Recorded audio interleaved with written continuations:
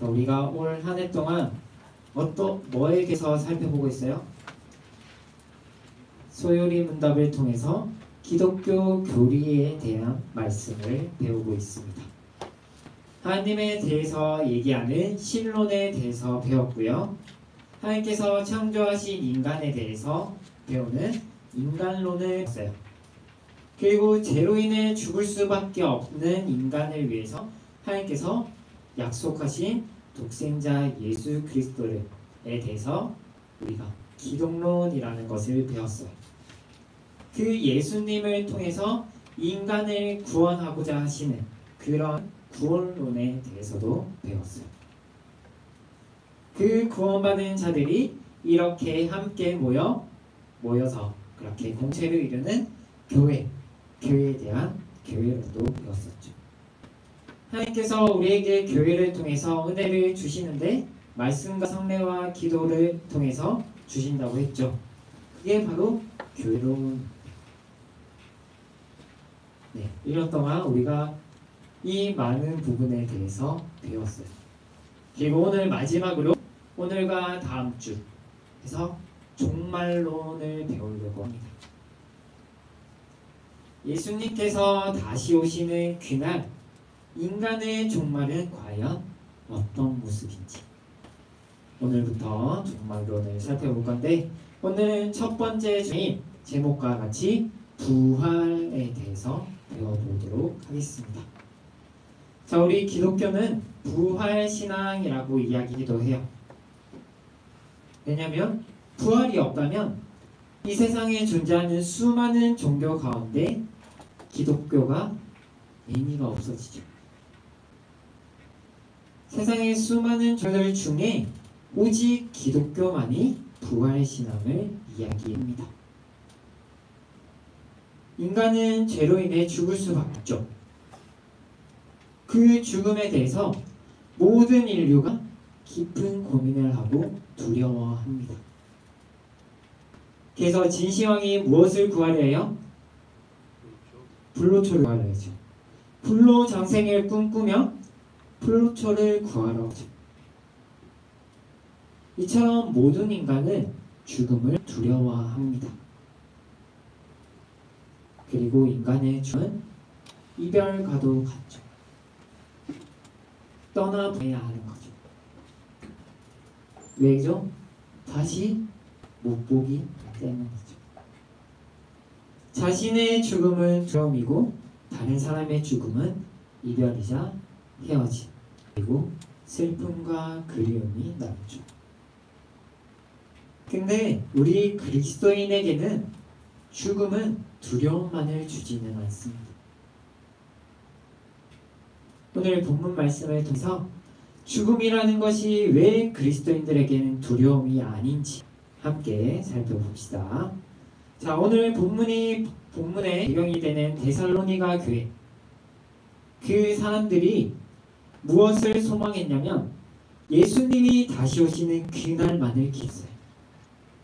그래서 어떤 믿음이 있었냐면 내가 살아있을 때 예수님이 다시 올 거라고 확신이 있었어요. 왜 그렇게 그것만 기다렸을까요? 왜 그것만을 바라보고 있었을까요? 왜냐하면 유대인들이 그들을 괴롭혔기 때문이에요. 그러니까 그리스도인은 어떤 사람이에요? 예수님만이 진정한 왕이심을 고백하는 사람들이에요. 그래서 제자들과 사도 바울을 통해서 하나님의 말씀을 배우고 그 말씀을 따라 살아가는 자들이었죠. 근데 그게 그 당시에는 목숨을 거는 행위와도 같아요. 왜?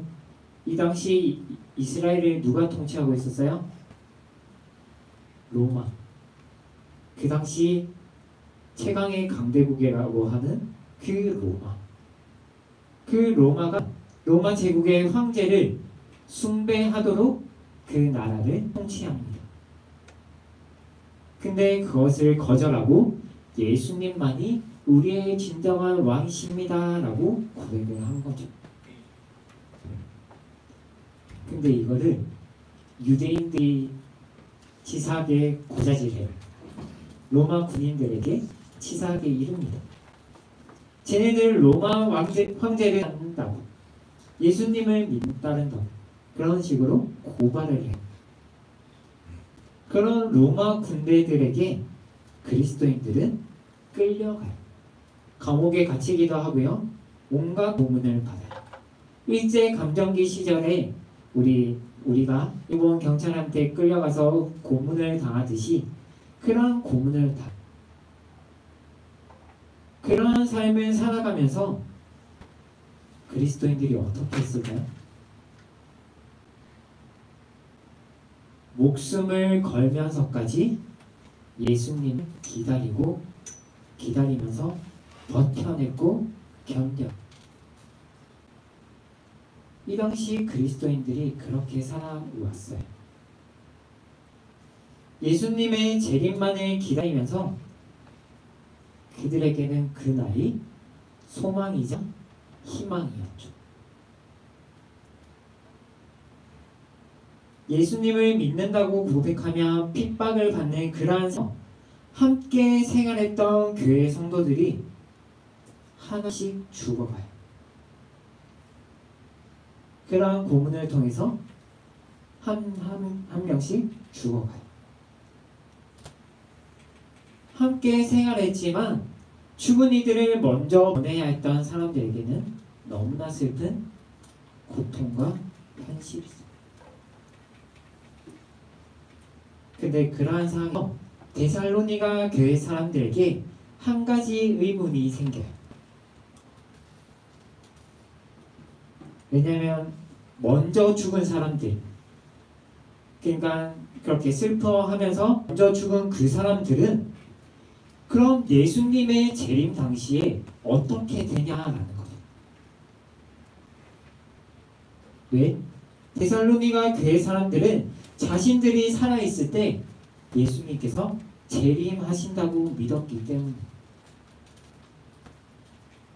예수님께서 금방 오신다고 하셨으니까. 그런데 예수님이 아직 오시지 않았죠. 그리고 믿는 그리스도인들은 점점 죽어가던 상황이에요. 그래서 어떻게 생각을 하냐면 예수님이 오시기 전에 먼저 죽은 사람들에게 무언가 불이익이 있을 것이라고 생각했어요. 왜? 예수님이 다시 오시면 그때를 맞이해야 하고 그 영광과 기쁨을 누려야 하는데 먼저 죽은 사람들은 그것을 누리지 못한다라는 거죠. 그럼 그것이 그들에게 안 좋은 게 아니냐라는 질문을 합니다. 교회 사람들에게 바울이 이렇게 이야기해요. 우리 본문 13절 봅시다. 형제들아, 자는 자들에 관하여는 너희가 알지 못함을 우리가 원하지 아니하노니 이는 소망 없는 다름이와 같이 슬퍼하지 않게 하려 함이라. 먼저는 달래가요. 사도 바울은 친한 그리스도인의 죽음으로 슬퍼하는 자들이 슬퍼하지 않았으면 하는 마음으로 이 편지를 써내려고 합니다. 그 이유가 뭐죠? 그리스도인의 죽음은 불신자들의 슬픔과는 다르기 때문에. 믿지 않는 자들에게는 죽으면 끝이에요. 소망이 없죠. 근데 그리스도인에게는 소망이 있다는 거예요. 그러니 슬퍼하지 말라고 이야기를 합니다. 죽음의 두려움, 그런 세상적인 슬픔을 버리고 우리는 하나님의 은혜 가운데 있음을 이야기합니다. 거기에 대해서 14절부터 차츰차츰 설명을 해요. 우리 14절 15절 봅시다. 우리가 예수께서 죽으셨다가 다시 살아나심을 믿을진대 이와 같이 예수 안에서 자는 자들도 하나님이 그와 함께 데리고 오시리라. 우리가 주의 말씀으로 너희에게 이것을 말하노니 주께서 강림하실 때에 다시 오실 때 우리 살아남아있는 자도 자는 자보다 결코 앞서지 못하리라 라고 합니다. 우리가 소망할 수 있는 기본 베이스가 뭐예요? 예수님이 먼저 죽으셨다가 부활하셨다라는 거죠. 바울은 예수님께서 재림하실 때 자는 자들도 예수님과 함께 있을 것이라고 이야기를 합니다. 바울이요, 예수님 오시기 전에 죽은 자들은 죽은 자로 표현하지 않고 자는 자라고 표현을 해요. 왜 그렇게 표현할까요? 왜 잔다고 이야기할까요?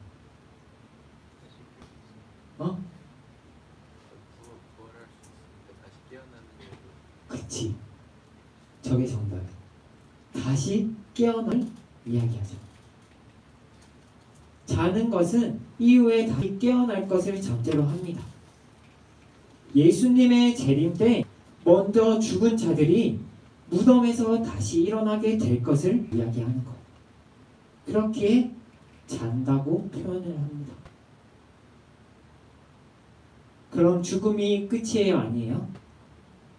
아니라는 거죠. 믿지 않는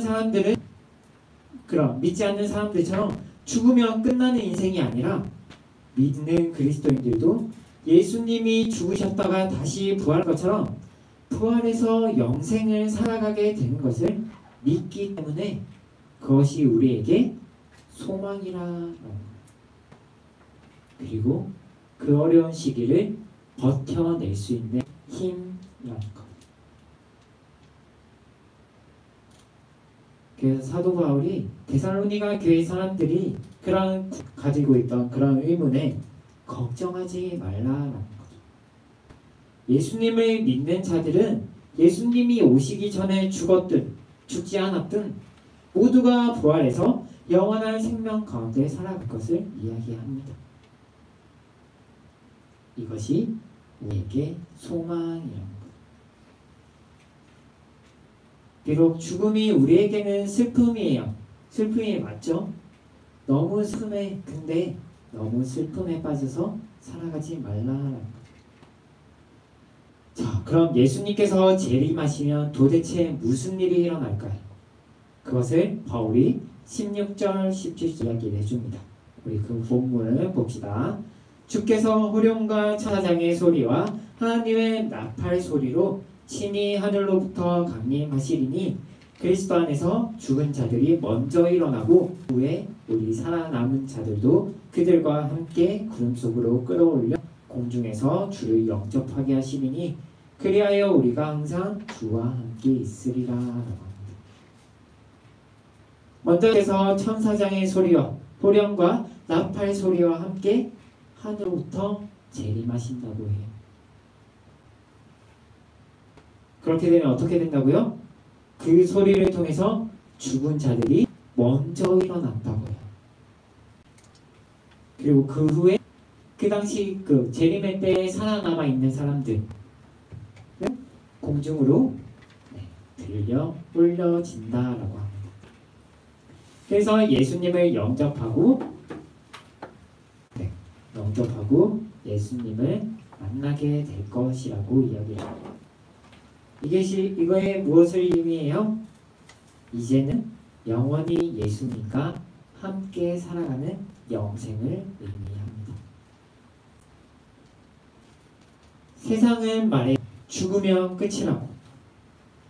정말 끝일까요? 이 세상에서의 삶은 끝이겠죠. 근데 그게 아니라 예수님의 재림은 우리가 다음 주에 좀 더 깊이 살펴보겠지만 하나님의 심판이 있는 날이에요. 예수님의 재림과 동시에 이 땅에 하나님의 심판이 임합니다. 그날 모든 죽었든 죽지 않았던 모든 인간이 부활해서 하나님 앞에 서게 됩니다. 그리고 두 부류로 나뉩니다. 어떻게 나뉠까요? 예수님을 믿는 자들과 믿지 않는 자들.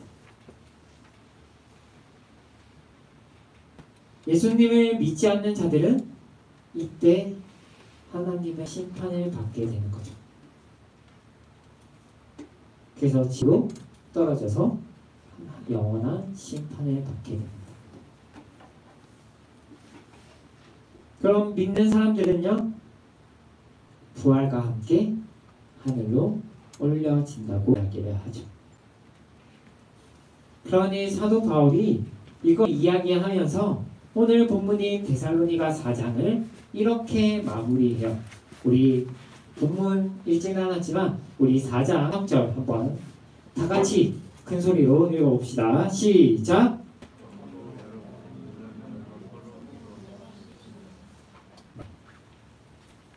서로에게 소망의 메시지를 전하라는 거죠. 그러니 슬퍼하지 말고 서로 위로하면서 주님 다시 오시는 그 재림의 날을 소망하며 지금처럼 버텨내고 이겨내길 바라라는 거죠. 근데 슬퍼하지 말라고 하면 안 슬퍼할 수가 없죠. 가까운 사람을 먼저 보내는 것은 안 슬플 수가 없죠. 함께한 시간들이 있고 함께한 추억들이 있잖아요. 그런데 인생을 포기할 만큼 슬퍼하지 말라는 거죠. 절망적인 마음으로 살아가지 말라는 거. 예수님께서 죽었다가 부활하심을 여러분들이 믿는다면 이미 우리보다 먼저 세상을 떠난 예수님 믿었던 그리스도인들은 예수님 다시 오시는 그날 부활할 것을 믿으라. 그리고 우리가 살아있을 때 주님이 오시면 오늘 말씀처럼 하늘로 끌어 올려지겠죠. 그러니까 우리가 죽은 뒤에 예수님이 오신다면 우리도 오늘 말씀처럼 자는 자들처럼 다시 부활할 것을 믿으라라는 거.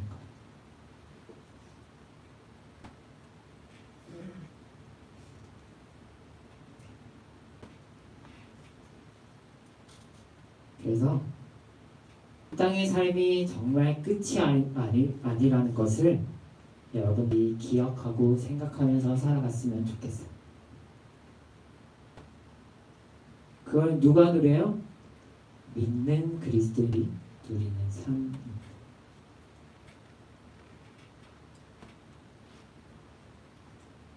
알겠죠? 알죠? 그렇게 여러분들이 살아가는 믿음을 가진 그리스도인들이 되었으면 좋겠습니다. 자, 우리 기도하고 함께 기도하고 주기도문 하심으로 예배를 마치겠습니다. 하나님 아버지 감사합니다. 정말 오늘 말씀을 통해서 우리도 너무나 어지러운 세상, 정말 이제 마지막 때를 살아간다고 하는 우리 시대, 정말 하나님 정말 이 땅에서 가치를 쫓아가는 것이 아니라 이 땅의 것을 붙잡고 살아가는 자들이 아니라 오직 우리에게 소망이 되시고 우리가 버텨낼 수 있는 힘을 주시는 그 예수 그리스도를 바라보고 그분만의 믿음으로 살아가는 우리 모든 중고등부가 되게 하여 주옵소서. 하나님, 그래서 정말 이 땅에 슬픔과 어려움이 비록 있겠지만 버티고 해서 주님 다시 오시는 그날 모두가 부활하여 영원히 하나님과 함께 살아가는 그날만을 꿈꾸며 정말 그날만을 기다리며 주님 다시는 그때 우리가 다시 모여서 영원히 살아갈 것을 믿는 자들로 살아가는 우리 중고등부 되게 하여 주옵소서. 이러한 믿음을 우리에게 허락하여 주실 줄 믿고 예수 그리스도의 이름으로 기도드립니다.